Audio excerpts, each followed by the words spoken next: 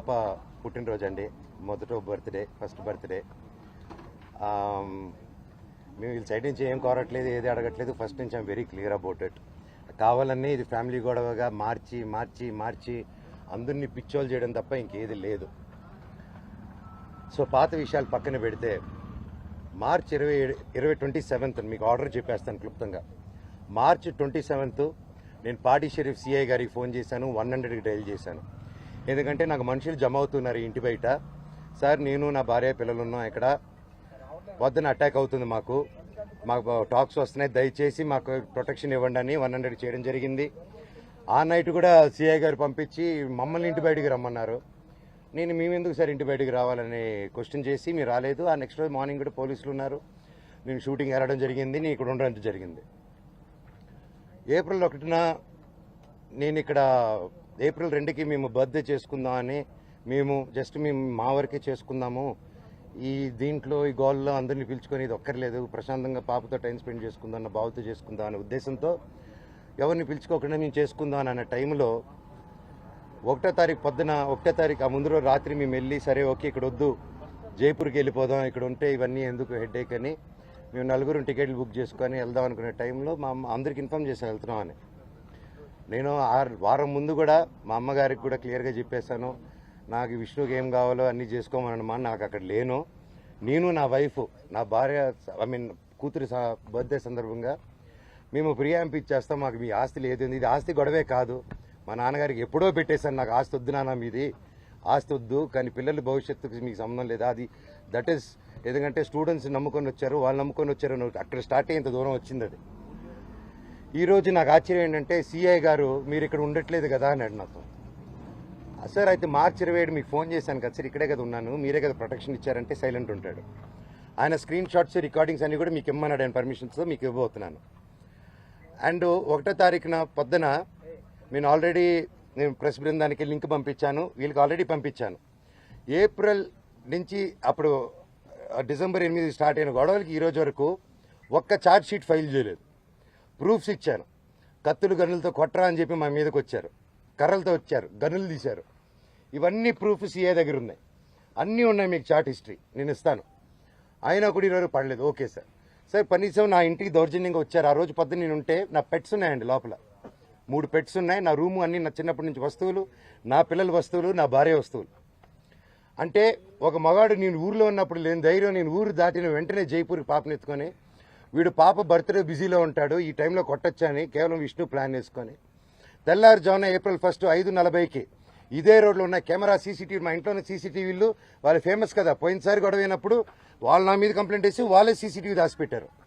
ఇప్పుడు కూడా మీరు వెళ్ళి అడగండి సీసీటీవీ వాళ్ళు ఎంటర్ అయింది ఎవరు, వాళ్ళు ఇస్తే సగం గుండు కొట్టుకుని తిరుగుతాను నేను వీధంతా, వాళ్ళ సమస్య లేదు ఎవరు మీకు, ఎందుకంటే వాళ్ళు చేసింది దొంగ పని. నంబర్ 1 కమిషనర్ గారు బైండ్ ఓవర్ని క్రాస్ చేశారు, మల్టిపుల్ టైమ్స్ క్రాస్ చేశారు.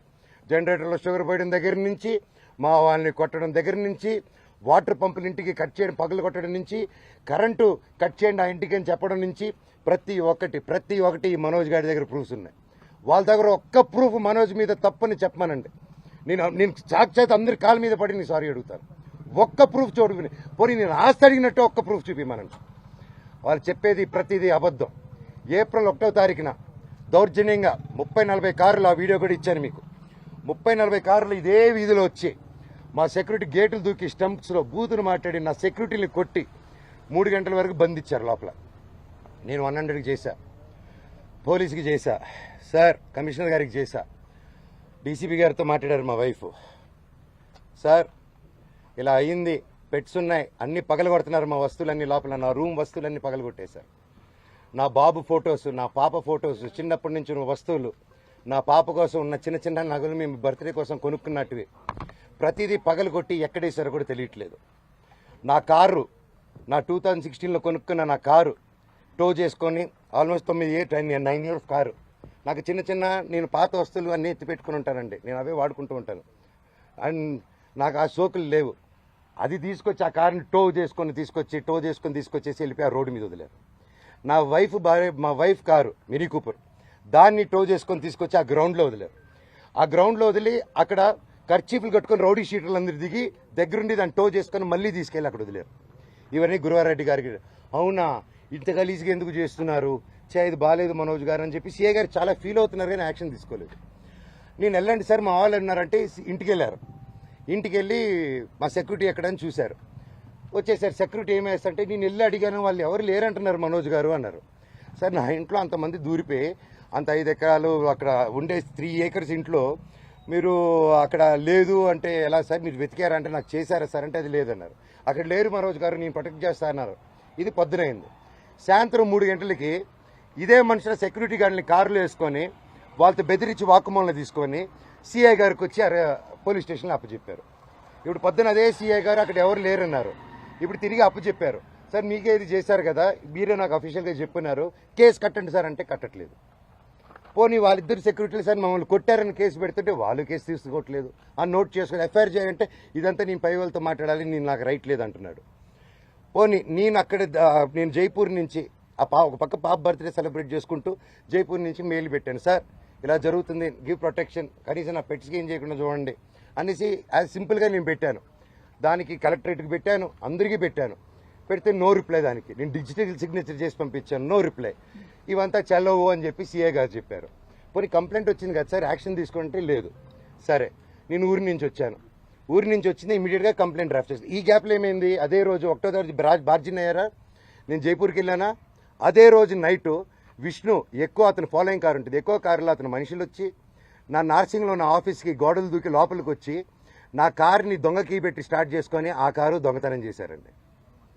అంటే ఎందుకు ఇంత దరిద్రానికి దిగజారుతున్నాడో నాకు అర్థం కావట్లేదు. ఎందుకింత నేను కేవలం నా భైరవం నా కన్నప్ప మీదకి నా భైరవం వదులుతాను ఇది కాదు మనం పోట్లాడాలంటే ఎండి ధరల మీద పోరాడదాం పని మీద పోరాడదాం హెల్తీగా పోరాడదామని నా భైరవం వదులుదాం అనుకున్నాం సినిమా. ఇంకంతే భైరవం వదులుతున్నా అనేసరికి టెన్షన్ అయిపోయి కన్నప్ప పోస్ట్పోన్ చేసుకున్నాడు. ఆ కోపం ఎలా చేసుకోవాలో తెలియక నా మీద ఇదంతా రుద్దుతున్నారు. ఇమీడియట్గా డైవర్షన్. ఇప్పుడు మా అమ్మగారికి మా నాన్నగారికి వాళ్ళకి అవసరం అండి ఈ వయసులో. విష్ణు నాకంటే 4 సంవత్సరాలు పెద్దవాడు, అతనికి 4 పిల్లలు ఉన్నారు. వచ్చి మాట్లాడడం తెలియదా? కూర్చొని మాట్లాడమని అడుగుతున్నాను నేను. పెద్దోళ్ళని కూర్చొని పెట్టి అడుగుతున్నా మాట్లాడలేరా? ఇవన్నీ కాకుండా ఇలా పోలీస్ ఆఫీసర్తో హైకోర్టు నుంచి నాకు ఆర్డర్ వచ్చిందండి. ఇది బాగా వినండి సార్. హైకోర్టు నుంచి క్లియర్ ఆర్డరు నేను కానీ ఇక్కడ కానీ డిస్ప్యూట్ జరిగేంత వరకు మేము ఇక్కడ ఉండొచ్చు ఇద్దరు ఉండి నేను ఎవరు ఉండకూడదని చెప్పాల. కలెక్టరేట్ దగ్గరికి వెళ్ళారు. నేను అమ్మ నేను వచ్చి ఉండొచ్చు నేను ఏం చేయట్లేదు ఇదిగోండి అనేసి నా ఫైలు అప్పచెప్పాను నేను వాళ్ళకి. నేను వీళ్ళకి సినిమాలు పనిచేసినప్పుడు నేను క్యాంపస్కి పనిచేసినప్పుడు ₹1 ట్రాన్సాక్షన్ వాళ్ళ దగ్గర నాకు వచ్చిందని చెప్పానండి. ఈ రోజు వరకు ఈ మనోజు ₹1 తీసుకోలేదు నా కుటుంబం నుంచి. ₹1 తీసుకోలేదు ఏ సినిమాకి. నేను బయట ప్రొడక్షన్ హిట్ కొట్టి బయట ప్రొడక్షన్లో చేసుకొని ఒకటి హిట్ కొడితే చాలు తీసుకొచ్చి ఇక్కడ లాక్ చేసేసాడు. విష్ణు కంపెనీలో 25 filmsలో నువ్వు చేయాలి. నువ్వు ఇప్పుడు ఆడగట్టు పేసుకొని చేయకపోతే విష్ణు కెరీర్ నిలబడదురా. నువ్వు ఆడగంటే అంటే నాకు కంఫర్టబుల్ లేదు ఇప్పుడు I'm not ready for lady getup అన్నప్పుడు అంటే సెంటిమెంట్గా కూర్చొని పెట్టి లేదు విష్ణు కెరీర్ నీ చేతిలో ఉంది అని నిలబెడదాం హీరోగా నువ్వు ఒక పర్ఫార్మెన్స్ నువ్వు కామెడీ చేస్తావు అంతా నువ్వు చేయి అంటే అన్న కోసం అమ్మాయి గెటప్ కూడా వేసుకొని యాక్ట్ చేశానండి. ప్రతిదీ చేశాను. వాళ్ళకి స్టంట్స్ డైరెక్ట్ చేశాను, సాంగ్స్ కంపోజ్ చేసి పెట్టాను, ప్రతి గొడ్డు చాకరీ చేసి పెట్టాను వాళ్ళకి. గ్రాఫిక్స్ నేను గ్రాఫిక్స్ చదువుకుంటే అతను గ్రాఫిక్స్ కంపెనీ పెట్టుకున్నాడు. మా నాన్న థియేటర్ పెట్టుకుంటే ఇతను సమోసాలు అమ్ముకుంటాడు.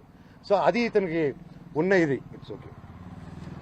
సో మొన్న ఇప్పుడు coming to the point high court order ఇచ్చిందండి.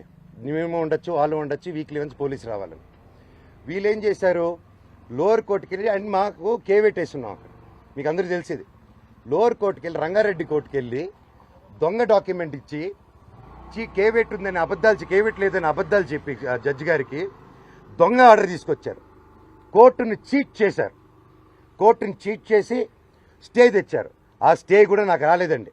నేను ఇంట్లో నుంచి బయలుదేరడం ఇల్లంతా ధ్వంసం చేసేయడం పోలీసులు చెప్పారు. 1వ తారీఖు చెప్పా 2వ తారీఖు చెప్పా నాకు నోటీస్ వచ్చింది తెలియదు ఏం తెలియదు. ఇంట్లో రాజ్యాంగం ధైర్యం అనుకుని సార్ ప్లీజ్ సార్ అంటున్నాను వినట్లేదు. 3వ రోజు నేను ఇక్కడికి వచ్చిన సార్ ఏం జరుగుతుందంటే మీ మీద ఆర్డర్ వచ్చింది సార్ అన్నాడు. ఆర్డర్ ఏంటి సార్ స్టే ఎందుకు వస్తుంది కేవేట్ ఉంది సార్ హైకోర్టులో ఆర్డర్ ఎలా వస్తుంది సార్ అన్నాను. ఇదిగోండి అంటే మేము కనుక్కుని మాకు ఎవరు పంపించలేదు పోస్ట్ రాలేదు ఏం రాలేదు ఒకసారి కనుక్కోండి. సో ఆర్డర్ రాలేదు మాకు. ఇది రాగానే నేను ఛాలెంజ్ చేశాను కోర్టుది 15th కేసారు. నేను లేదండి ఇది అర్జెంటు మీకు ఏదో చీటింగ్ జరిగింది అక్కడ we want to prove it అని. నేను ఆర్గ్యుమెంట్ జరిగింది వీ ప్రూవ్డ్ ఇట్ రైట్. కోర్టులో అక్కడ ఎవరో వీళ్ళు తప్పుదారి పెట్టించి కోర్టుకి చెప్పారు.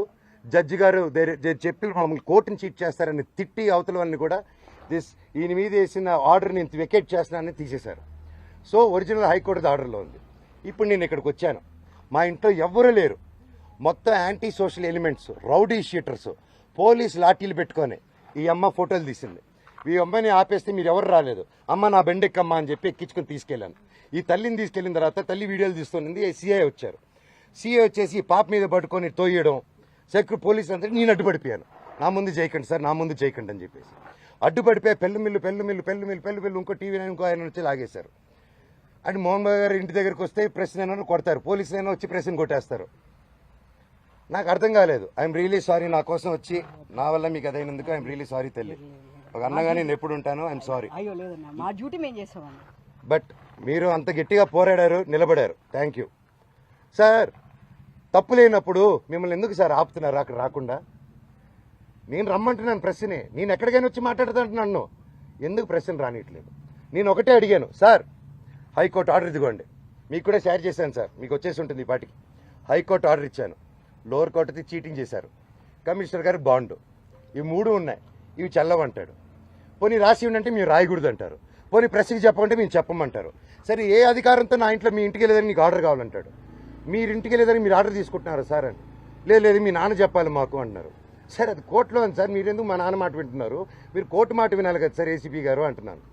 లేదు సీఏ గారు ఏసీపీ గారు లేరు, మోహన్ బాబు గారు చెప్పాలి అంటున్నారు. సార్ ఇది ఎక్కడ సార్, ఇంటి లోపల మా నాన్న లేరు, ఎవరు లేరు, మా పెట్స్ ఉన్నాయి, 25 మంది రౌడీ షీటర్లు ఉన్నారు. నేను డ్రోన్ పంపిస్తాను సార్ చూడండి సార్ అంటే పంపించద్దు, మేము చూడకూడదు. పోనీ నేను ఇక్కడ ఉంటాను సార్, మీరు లోపలికి వెళ్ళిన పెట్స్ నేను కుక్క పిల్లలన్నీ ఇచ్చేయండి సార్, తీసుకెళ్ళిపోతాను. 3 ఉన్నాయి సార్, వాళ్ళు నీళ్లు పెడుతున్నారు, ఏం పెడుతున్నారు, ఎండాకాలం మేము చూసుకుంటాను సార్, పిల్లల్లా పెంచుకుంటాం వాటిని. మేము నా కాదు మీరు వెళ్ళి తండ్రి సరే దండం పెట్టుకున్నాను, కాలు పట్టుకుంటాను సార్ అన్నాను. నేను కళ్ళల్లో నీళ్ళు వచ్చేసింది, ఆ పెట్స్ వచ్చేసి గేటు సందుల్లో. మీకు సార్ సింపుల్ అడుగుతున్నాను సార్, సీఎం రేవంత్ రెడ్డి గారిని, బట్టి విక్రమార్క గారిని, ప్రతి ఒక్కరిని, లీడర్స్ని, పోలీస్ డిపార్ట్మెంట్ని, కోర్టుల్ని, కలెక్టరేట్ని, హ్యూమన్ రైట్స్ని, ఇది అన్యాయం అండి. కోర్టు ఆర్డర్లతో వచ్చినా కూడా అలో చేయట్లేదు, గొడవ జరగలేదు, నా ఇంటికి వెళ్తుంటే నన్ను అలో చేయట్లేదు. దీనికి పరిష్కారం ఏంటో చెప్పండి సార్ నాకు, అంతే అడుగుతున్నాను. నాకు సిఏ గారు ఏసీపీ గారు నన్ను ఎందుకు ఈరోజు అలో చేయలేదని మాత్రం నాకు ఒక లెటర్ ఇస్తే నేను వెళ్ళి జడ్జికి పెట్టుకుంటాను సార్. హైకోర్టులో మీరు ఇచ్చింది నన్ను పంపిరంట, లోవర్ కోర్టులో ఇచ్చింది పంపిరంట, మీరు బైండ్ ఓవర్ ఇచ్చింది నాకు వర్తిస్తుంది, విష్ణుకు వర్తించిందంట. విష్ణుకి 25 మంది సెక్యూరిటీ వాళ్ళు పెట్టుకోవచ్చు సార్, మేము ఎలా అడుగుతాం అంటున్నారు. ఆ వీడియోలన్నీ నా సెల్ ఫోన్లో ఉన్నాయి, నా సెల్ ఫోన్లో తీస్తుంటే వాళ్ళని వచ్చి లాక్కుంటున్నారు. ఇప్పుడు ఆస్తి గొడవలు కాదంటున్నారు కదా మనోజ్ గారు, అసలు ఏంది దేనికి? నా తల్లి మీద నా పిల్లల మీద ప్రమాణం చేసి చెప్తున్నాను, ఏ రోజు నేను ఆస్తి అడగలేదు, నా భార్య కూడా ఆస్తి అడగలేదు. మా 2 పక్కల ఆస్తి గురించి మేము ఏ రోజు సంభాషణ తీయలేదు.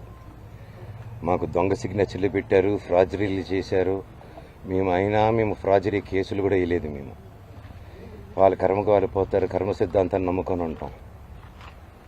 అర్థమైందండి? కుళ్ళండి, చిన్నప్పటి నుంచి నేనంటే కుళ్ళు. నా జుట్టు విష్ణు చేతికి వెళ్ళాలి, నా జుట్టు మనోజ్ జుట్టు నా చేతికి కావాలి నాయన అంటే, సరే బిడ్డ వాడి జుట్టు నీకు ఇస్తారని మాట ఇచ్చారు. అంతకు మించి నేను అది ఇవ్వట్లేదు.